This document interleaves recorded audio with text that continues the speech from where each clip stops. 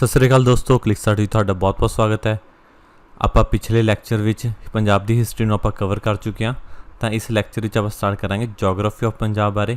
ਪੰਜਾਬ ਦੇ ਭੂਗੋਲ ਨੂੰ ਡਿਸਕਸ ਕਰਾਂਗੇ ਤੇ ਆਪਣਾ ਪੰਜਾਬ ਜੀਕੇ ਸੀਰੀਜ਼ ਦਾ 15ਵਾਂ ਲੈਕਚਰ ਹੈ। ਜੇ ਤੁਹਾਨੂੰ ਇਸ ਲੈਕਚਰ ਦੀ PDF ਚਾਹੀਦੀ ਹੈ ਤਾਂ ਸਾਡੇ ਟੈਲੀਗ੍ਰਾਮ ਚੈਨਲ ਤੇ ਜਾ ਸਕਦੇ ਹੋ, ਤੇ ਜੇ ਤੁਹਾਨੂੰ ਕੋਈ ਵੀ ਡਾਊਟ ਹੈ ਤਾਂ ਸਾਨੂੰ ਇੰਸਟਾਗ੍ਰਾਮ ਤੇ ਮੈਸੇਜ ਕਰ ਸਕਦੇ ਹੋ। ਤਾਂ ਸਟਾਰਟ ਕਰਦੇ ਹਾਂ ਪੰਜਾਬ ਦੀ ਭੂਗੋਲ ਬਾਰੇ, ਪੰਜਾਬ ਦੀ ਜੀਓਗ੍ਰਾਫੀ ਬਾਰੇ। ਤਾਂ ਪੰਜਾਬ ਦੇ ਬੇਸਿਕਲੀ 3 ਏਰੀਆਜ਼ ਦੇ ਵਿੱਚ ਡਿਵੀਜ਼ਨ ਹੈ। ਜੇ ਤੁਸੀਂ ਪੰਜਾਬ ਨੂੰ ਦੇਖੋ, ਇੱਕ ਹੈ ਮਾਝਾ ਏਰੀਆ, ਦੂਸਰਾ ਹੈ ਦੁਆਬਾ ਏਰੀਆ ਤੇ ਤੀਸਰਾ ਹੈ ਮਾਲਵਾ ਏਰੀਆ। ਹੁਣ ਆਪਾਂ ਗੱਲ ਕਰਦੇ ਹਾਂ ਇਹ ਏਰੀਆਜ਼ ਕਿਵੇਂ ਬਣੇ ਨੇ। ਤਾਂ ਏਰੀਆਜ਼ ਬਣੇ ਨੇ ਰਿਵਰਸ ਦੇ ਬੇਸ 'ਤੇ ਕਿ ਕਿਹੜੀਆਂ ਨਦੀਆਂ ਗੁਜ਼ਰਦੀਆਂ ਨੇ ਪੰਜਾਬ 'ਚੋਂ, ਤਾਂ ਉਸ ਅਕੋਰਡਿੰਗ ਬਣੇ ਨੇ। ਜਿਵੇਂ ਸਭ ਤੋਂ ਸਾਈਡ ਤੋਂ ਗੁਜ਼ਰਦੀ ਹੈ ਰਾਵੀ ਰਿਵਰ, ਉਰੇ ਰਾਵੀ ਗੁਜ਼ਰਦੀ ਹੈ। ਦੈਨ ਇੱਥੋਂ ਦੀ ਬਿਆਸ, ਤੇ ਦੈਨ ਤੀਜੀ ਹੈ ਸਤਲੁਜ। ਇਹ ਬਿਆਸ ਉਰੋਂ ਦੀ ਐਵੇਂ ਤੇ ਸਤਲੁਜ ਐਵੇਂ। ਤਾਂ ਇਹ ਜਿਹੜੀਆਂ 3 ਮੇਜਰ ਨਦੀਆਂ ਨੇ ਪੰਜਾਬ ਦੀਆਂ, ਇਹਨਾਂ ਕਰਕੇ 3 ਮੇਜਰ ਏਰੀਆਜ਼ ਬਣੇ ਹੋਏ ਨੇ ਪੰਜਾਬ ਦੇ। ਇੱਕ ਰਾਵੀ ਹੈ, ਦੂਸਰੀ ਬਿਆਸ ਤੇ ਤੀਸਰੀ ਸਤਲੁਜ। ਰਾਵੀ ਤੇ ਬਿਆਸ ਦੇ ਵਿੱਚ ਦਾ ਏਰੀਆ ਮਾਝਾ, ਬਿਆਸ, ਰਾਵੀ ਤੇ ਸਤਲੁਜ ਦੇ ਵਿੱਚ ਦਾ ਏਰੀਆ ਬਿਆਸ ਤੇ ਸਤਲੁਜ ਦੇ ਵਿੱਚ ਦਾ ਏਰੀਆ ਦੁਆਬਾ, ਰਾਵੀ ਉੱਤੋਂ ਦੀ ਬਿਆਸ ਤੇ ਨੀਚੋਂ ਦੀ ਸਤਲੁਜ। ਇਹਨਾਂ ਤਿੰਨਾਂ ਦੇ ਵਿੱਚ ਦਾ ਏਰੀਆ ਮਾਝਾ ਤੇ ਸਤਲੁਜ ਦੇ ਥੱਲੇ ਦਾ ਏਰੀਆ ਮਾਲਵਾ। ਉਸ ਤੋਂ ਇਲਾਵਾ ਇੱਕ ਹੋਰ ਛੋਟੀ ਨਦੀ ਗੁਜ਼ਰਦੀ ਹੈ ਪੰਜਾਬ ਵਿੱਚੋਂ, ਘੱਗਰ। ਤਾਂ ਉਹ ਥੋੜ੍ਹਾ ਜਿਹਾ ਏਰੀਆ ਜਿਹੜਾ ਆਪਣਾ ਪੰਜਾਬ ਦਾ ਇਹਨੂੰ ਪੁਆਧੀ ਏਰੀਆ ਵੀ ਕਿਹਾ ਜਾਂਦਾ ਹੈ। ਅਤੇ ਇੱਕ ਚੌਥਾ ਏਰੀਆ ਵੀ ਹੈ ਪੰਜਾਬ ਦੇ ਵਿੱਚ, ਪੁਆਧੀ ਏਰੀਆ। ਉਸ ਤੋਂ ਇਲਾਵਾ ਜਿਹੜੇ ਕੋਈ ਹੋਰ ਰੀਜਨ ਨੇ ਉਹ ਪਾਕਿਸਤਾਨ ਵਾਲੇ ਪੰਜਾਬ 'ਚ ਨੇ, ਭਾਰਤ ਦੇ ਮੌਜੂਦਾ ਪੰਜਾਬ ਵਿੱਚ ਨਹੀਂ ਨੇ। ਜਿਵੇਂ ਪੋਠੋਹਾਰੀ ਹੈ ਜਾਂ ਫਿਰ ਮੁਲਤਾਨ ਦਾ ਏਰੀਆ, ਇਹ ਪਾਕਿਸਤਾਨ ਦੇ ਪੰਜਾਬ ਦੇ ਏਰੀਏ ਨੇ, ਭਾਰਤ ਦੇ ਪੰਜਾਬ ਦੇ ਏਰੀਏ ਨਹੀਂ ਨੇ ਇਹ। ਤਾਂ ਜੇ ਦੇਖਿਆ ਜਾਵੇ ਦੁਆਬਾ ਰੀਜਨ, ਤਾਂ ਦੁਆਬਾ ਰੀਜਨ ਕਿਹੜਾ ਹੈ? ਜਿਹੜਾ ਬਿਆਸ ਤੇ ਸਤਲੁਜ ਨਦੀਆਂ ਦੇ ਵਿਚਾਲੇ ਹੈ। ਦਾ reason lies between the reverse Beas and Sutlej. ਅਤੇ ਇਹਦੇ ਵਿੱਚ 4 ਡਿਸਟ੍ਰਿਕਟ ਕਵਰ ਹੁੰਦੇ ਨੇ। ਜੇ ਤੁਸੀਂ ਭਾਰਤ ਦਾ ਪੰਜਾਬ ਦਾ ਮੈਪ ਬਣਾਉਣਾ ਸਿੱਖ ਲਿਆ ਹੈ, ਜਿਵੇਂ ਕਿ ਆਪਾਂ ਪਹਿਲੇ 2 ਲੈਕਚਰਸ ਦੇ ਵਿੱਚ ਡਿਸਕਸ ਕਰਿਆ ਸੀ, ਤਾਂ ਤੁਹਾਨੂੰ ਏਰੀਆਜ਼ ਈਜ਼ੀਲੀ ਯਾਦ ਹੋ ਜਾਣਗੇ ਕਿ ਕਿਹੜੇ ਡਿਸਟ੍ਰਿਕਟ ਦੁਆਬਾ ਰੀਜਨ 'ਚ ਨੇ, ਕਿਹੜੇ ਮਾਝਾ ਰੀਜਨ 'ਚ ਨੇ ਅਤੇ ਕਿਹੜੇ ਮਾਲਵਾ ਰੀਜਨ 'ਚ ਹੈ। ਤਾਂ ਦੁਆਬਾ ਦੇ ਵਿੱਚ ਨੇ ਜਲੰਧਰ, ਹੁਸ਼ਿਆਰਪੁਰ, ਨਵਾਂਸ਼ਹਿਰ ਅਤੇ ਕਪੂਰਥਲਾ। ਤਾਂ 4 ਹੀ ਡਿਸਟ੍ਰਿਕਟ ਨੇ ਦੁਆਬਾ ਰੀਜਨ ਦੇ ਵਿੱਚ। ਦੈਨ ਦੂਸਰਾ ਹੈ ਮਾਝਾ ਰੀਜਨ। ਮਾਝਾ ਰੀਜਨ ਰਾਵੀ, ਬਿਆਸ ਅਤੇ ਸਤਲੁਜ, ਇਹਨਾਂ ਤਿੰਨਾਂ ਦਰਿਆਵਾਂ ਦੇ ਵਿਚਾਲੇ ਹੈ ਮਾਝਾ ਏਰੀਆ। ਅਤੇ ਇਹਦੇ ਵਿੱਚ ਡਿਸਟ੍ਰਿਕਟ ਕਵਰ ਹੁੰਦੇ ਨੇ ਅੰਮ੍ਰਿਤਸਰ, ਪਠਾਨਕੋਟ, ਗੁਰਦਾਸਪੁਰ ਅਤੇ ਤਰਨਤਾਰਨ। ਤਾਂ ਦੁਆਬਾ ਅਤੇ ਮਾਝਾ ਏਰੀਆ ਦੇ ਵਿੱਚ 4 ਡਿਸਟ੍ਰਿਕਟ ਨੇ, ਅਤੇ ਬਾਕੀ ਦੇ ਜਿਹੜੇ ਪੰਜਾਬ ਦੇ 14 ਡਿਸਟ੍ਰਿਕਟ ਬਚੇ ਉਹ ਨੇ ਮਾਲਵੇ ਦੇ ਏਰੀਏ ਵਿੱਚ।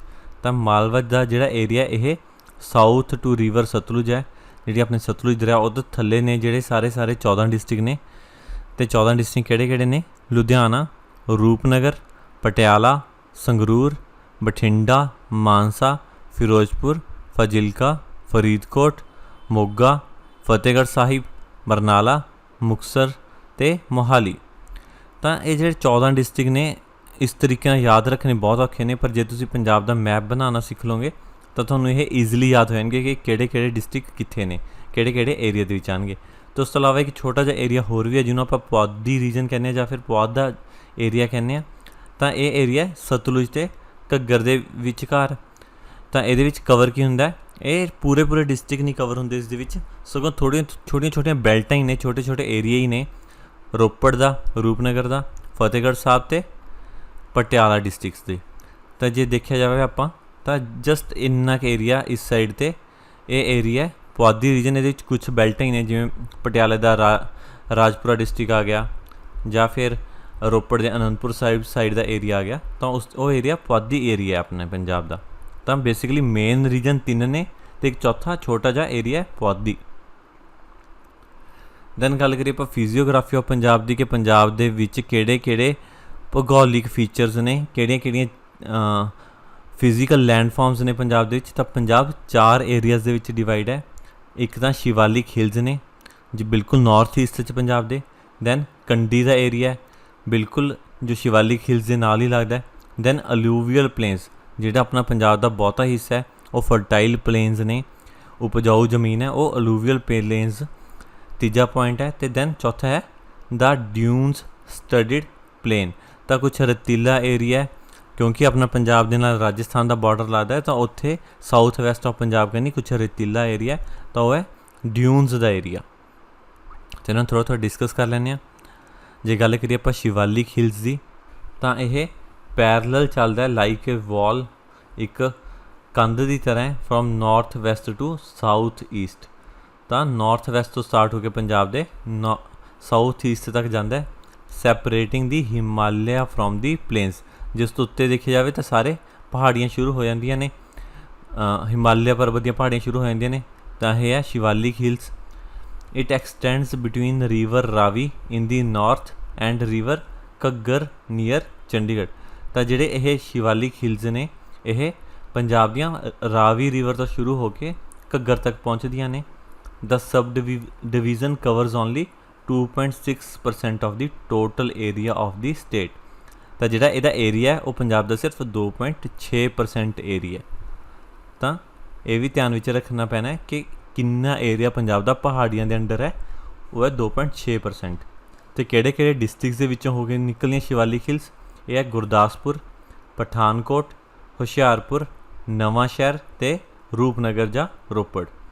ਗੁਰਦਾਸਪੁਰ, ਪਠਾਨਕੋਟ, ਹੁਸ਼ਿਆਰਪੁਰ, ਨਵਾਂਸ਼ਹਿਰ ਅਤੇ ਰੂਪਨਗਰ। ਤਾਂ ਜਿਹੜੀਆਂ ਆਪਣੀਆਂ ਡਿਸਟ੍ਰਿਕਟ ਈਸਟ 'ਤੇ ਨੇ ਜਾਂ ਨੌਰਥ 'ਚ ਨੇ, ਤਾਂ ਉਹਨਾਂ ਵਾਸਤੇ ਹੈ, ਜਿਵੇਂ ਆਪਾਂ ਕਹਿ ਸਕਦੇ ਨੌਰਥ ਈਸਟ ਜਾ ਕੇ ਪੰਜਾਬ ਦੇ ਸ਼ਿਵਾਲਿਕ ਹਿਲਸ ਨੇ। ਦੈਨ ਦੂਜਾ ਹੈ ਕੰਢੀ ਦਾ area.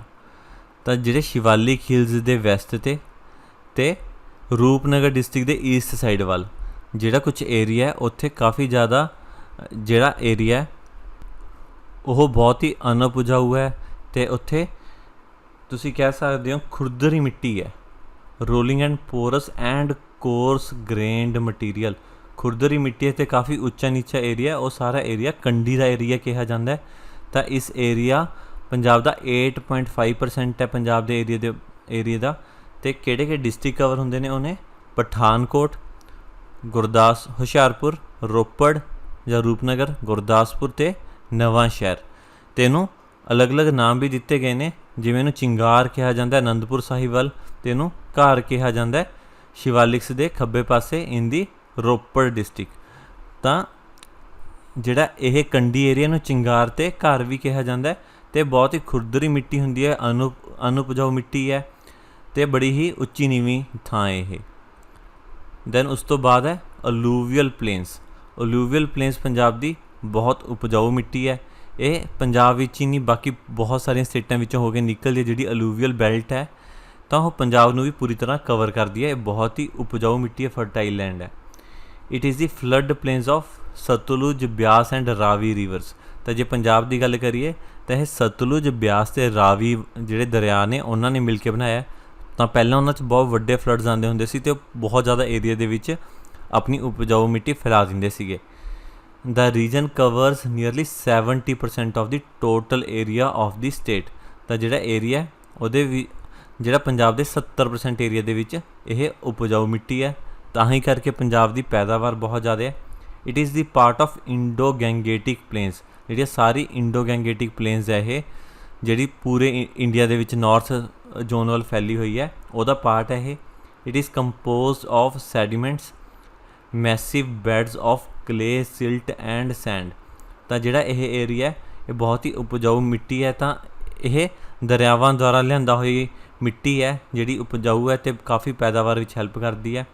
The region slopes south westwards, the slope is very gentle. ਤਾਂ ਜਿਹੜਾ ਇਹ ਸਾਰਾ ਏਰੀਆ ਇਹਦੀ ਸਲੋਪ ਦੱਖਣ ਵੱਲ ਨੂੰ ਹੈ, south ਵੈਸਟਵਰਡ।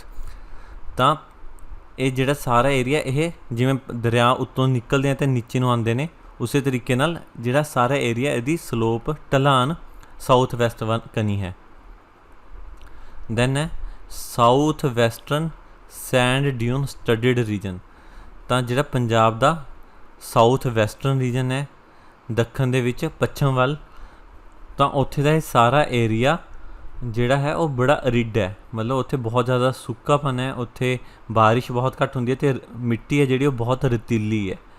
The south western districts of Punjab has a semi arid climate and they border the Thar desert of Rajasthan. ਅਤੇ ਇਹ ਸਾਰਾ ਏਰੀਆ ਜਿਹੜਾ ਰਾਜਸਥਾਨ ਦਾ ਥਾਰ ਡੈਜ਼ਰਟ ਹੈ ਉਹਦੇ ਨਾਲ ਲੱਗਦਾ, ਇਸ ਕਰਕੇ ਇੱਥੋਂ ਦੀ ਜ਼ਮੀਨ ਬਹੁਤ ਰਤੀਲੀ ਹੈ। these are believed to have developed due to the braiding action of Satluj and Ghaggar rivers। ਤਾਂ ਜਿਹੜਾ ਇਹ ਏਰੀਆ ਡਿਵੈਲਪ ਕਿਵੇਂ ਹੋਇਆ ਹੌਲੀ ਹੌਲੀ ਐਵੇਂ ਕਿ ਪਹਿਲਾਂ ਤਾਂ ਸਤਲੁਜ ਅਤੇ ਜਿਹੜੇ ਘੱਗਰ ਜਿਹੜੀਆਂ ਨਦੀਆਂ ਨੇ ਜਾਂ ਹੋਰ ਕੋਈ ਉੱਥੇ ਟ੍ਰਿਬਿਊਟਰੀਜ਼ ਜਾਂ ਸੀਜ਼ਨਲ ਰਿਵਰ ਸੀਗੀਆਂ ਉਹਨਾਂ ਨੇ ਇੱਥੋਂ ਦੀ ਉਪਜਾਊ ਮਿੱਟੀ ਆਪਣੇ ਨਾਲ ਲੈ ਗਈਆਂ, ਜਾਂ ਫਿਰ ਇਹ ਹਵਾ ਚੱਲਣ ਨਾਲ ਹੋਇਆ ਕਿ ਬਹੁਤ ਤੇਜ਼ ਹਵਾ ਚੱਲਦੀ ਸੀ ਤਾਂ ਉਪਜਾਊ ਮਿੱਟੀ ਸੀ ਉਹ ਉੜ ਗਈ ਅਤੇ ਉਸ ਤੋਂ ਬਾਅਦ ਨੀਚੇ ਰੇਤੀਲੀ ਜ਼ਮੀਨ ਰਹਿ ਗਈ। ਤਾਂ ਇਹਨਾਂ ਨੂੰ ਲੋਕਲੀ ਕਿਹਾ ਜਾਂਦਾ ਟਿੱਬਾ, ਤਾਂ ਇਹਨਾਂ ਨੂੰ ਟਿੱਬੇ ਕਿਹਾ ਜਾਂਦਾ ਲੋਕਲੀ।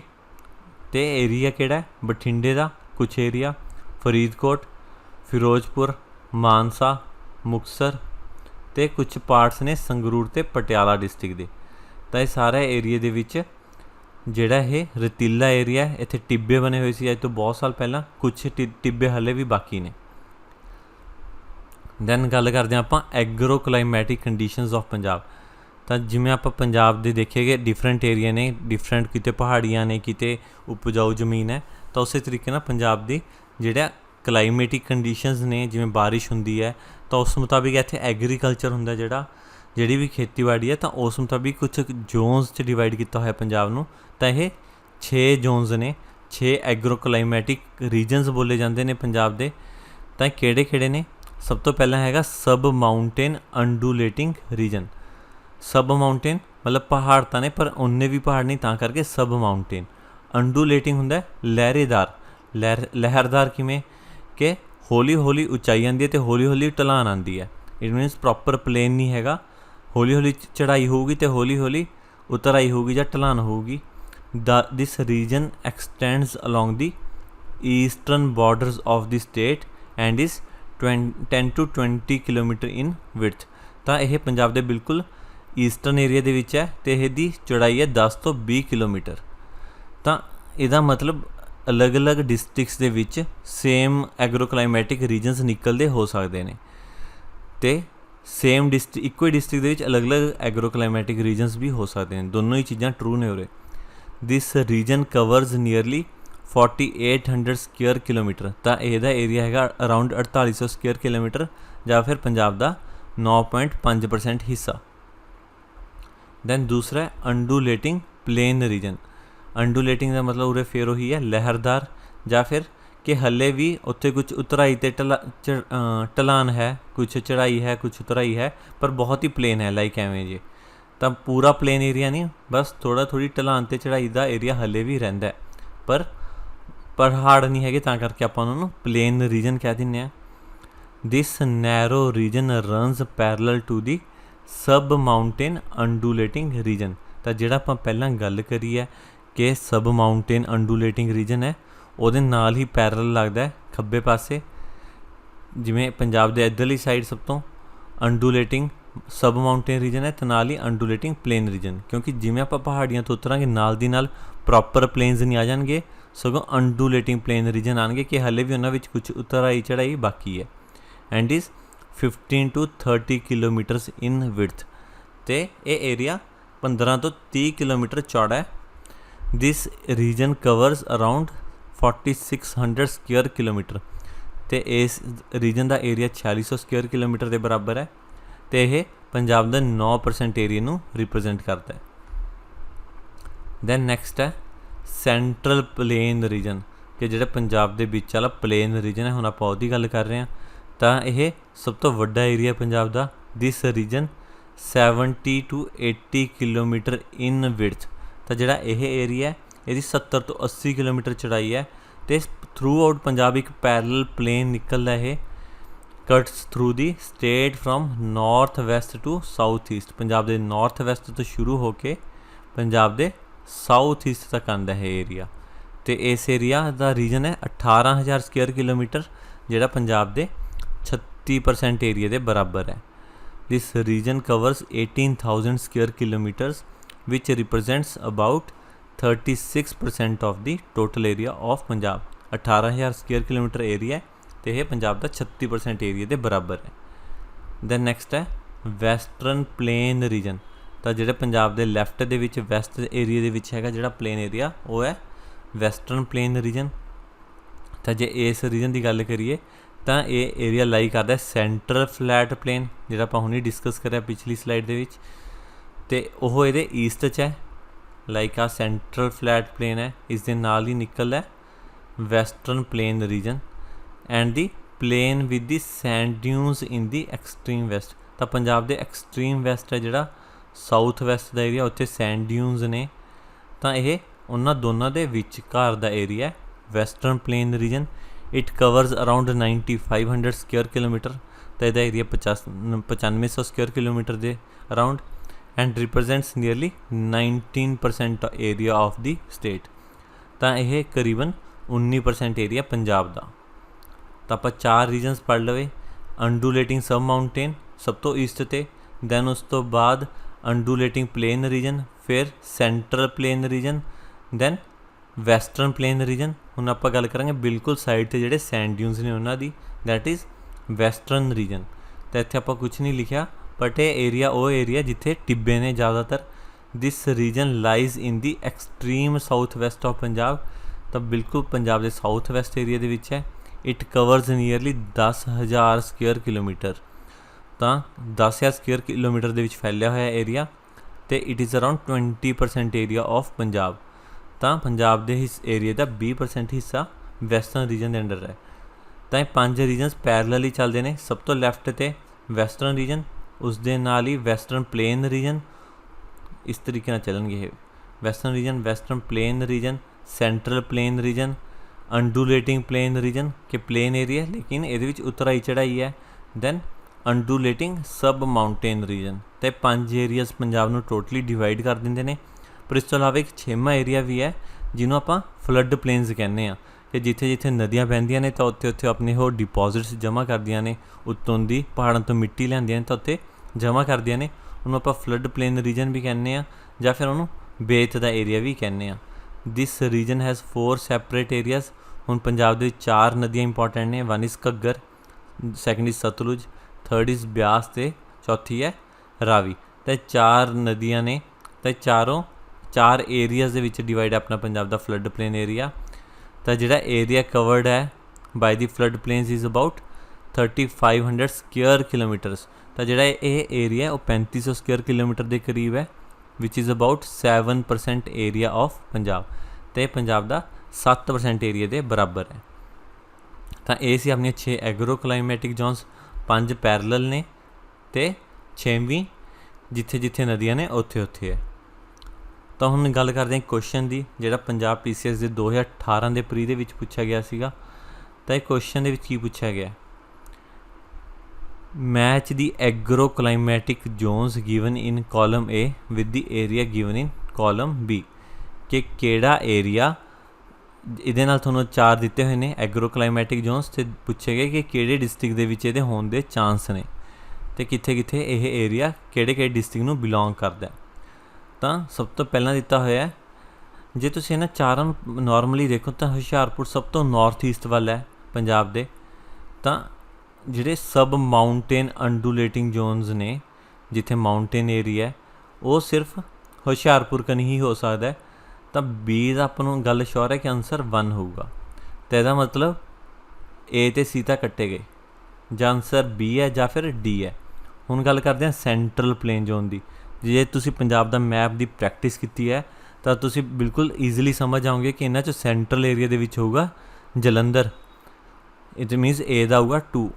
ਜੇ A ਦਾ 2 ਹੋਊਗਾ ਤਾਂ ਇਹਦਾ ਮਤਲਬ ਕਰੈਕਟ ਆਨਸਰ ਸਿਰਫ B ਹੋ ਸਕਦਾ ਹੈ, D ਵੀ ਨਹੀਂ ਹੋ ਸਕਦਾ। ਤਾਂ ਸਿੰਪਲੀ ਤੁਸੀਂ ਸਿਰਫ 2 ਆਪਸ਼ਨਸ ਹੀ ਪਤਾ ਨੇ ਤਾਂ ਵੀ ਤੁਸੀਂ ਇਹੋ ਜਿਹਾ ਕੁਐਸਚਨਸ ਨੂੰ ਅਟੈਂਪਟ ਕਰ ਸਕਦੇ ਹੋ ਪੇਪਰ ਦੇ ਵਿੱਚ। ਦੈਨ ਇਹਨਾਂ ਨੇ ਪੁੱਛਿਆ ਹੈ ਵੈਸਟਰਨ ਜ਼ੋਨ। ਤਾਂ ਵੈਸਟਰਨ ਜ਼ੋਨ ਦੇ ਵਿੱਚ ਹੈ ਮੋਗਾ, ਅਤੇ ਜੇ ਵੈਸਟਰਨ ਪਲੇਨ ਜ਼ੋਨ ਦੀ ਗੱਲ ਕੀਤੀ ਜਾਵੇ ਤਾਂ ਉੱਥੇ ਹੈ ਫਿਰੋਜ਼ਪੁਰ। ਕਿਉਂਕਿ ਤੁਹਾਨੂੰ ਦੱਸਿਆ ਸੀ ਇਹ ਪੈਰਲਲ ਹੀ ਚੱਲਦੇ ਨੇ। ਤਾਂ ਜੇ ਤੁਸੀਂ ਪੰਜਾਬ ਦੇ ਮੈਪ ਦੀ ਪ੍ਰੈਕਟਿਸ ਕਰ ਲਓਗੇ ਤਾਂ ਇਹੋ ਜਿਹੇ ਕੁਐਸਚਨਸ ਬਹੁਤ ਈਜ਼ੀਲੀ ਅਟੈਂਪਟ ਹੋ ਜਾਣਗੇ। ਧੰਨਵਾਦ ਦੋਸਤੋ।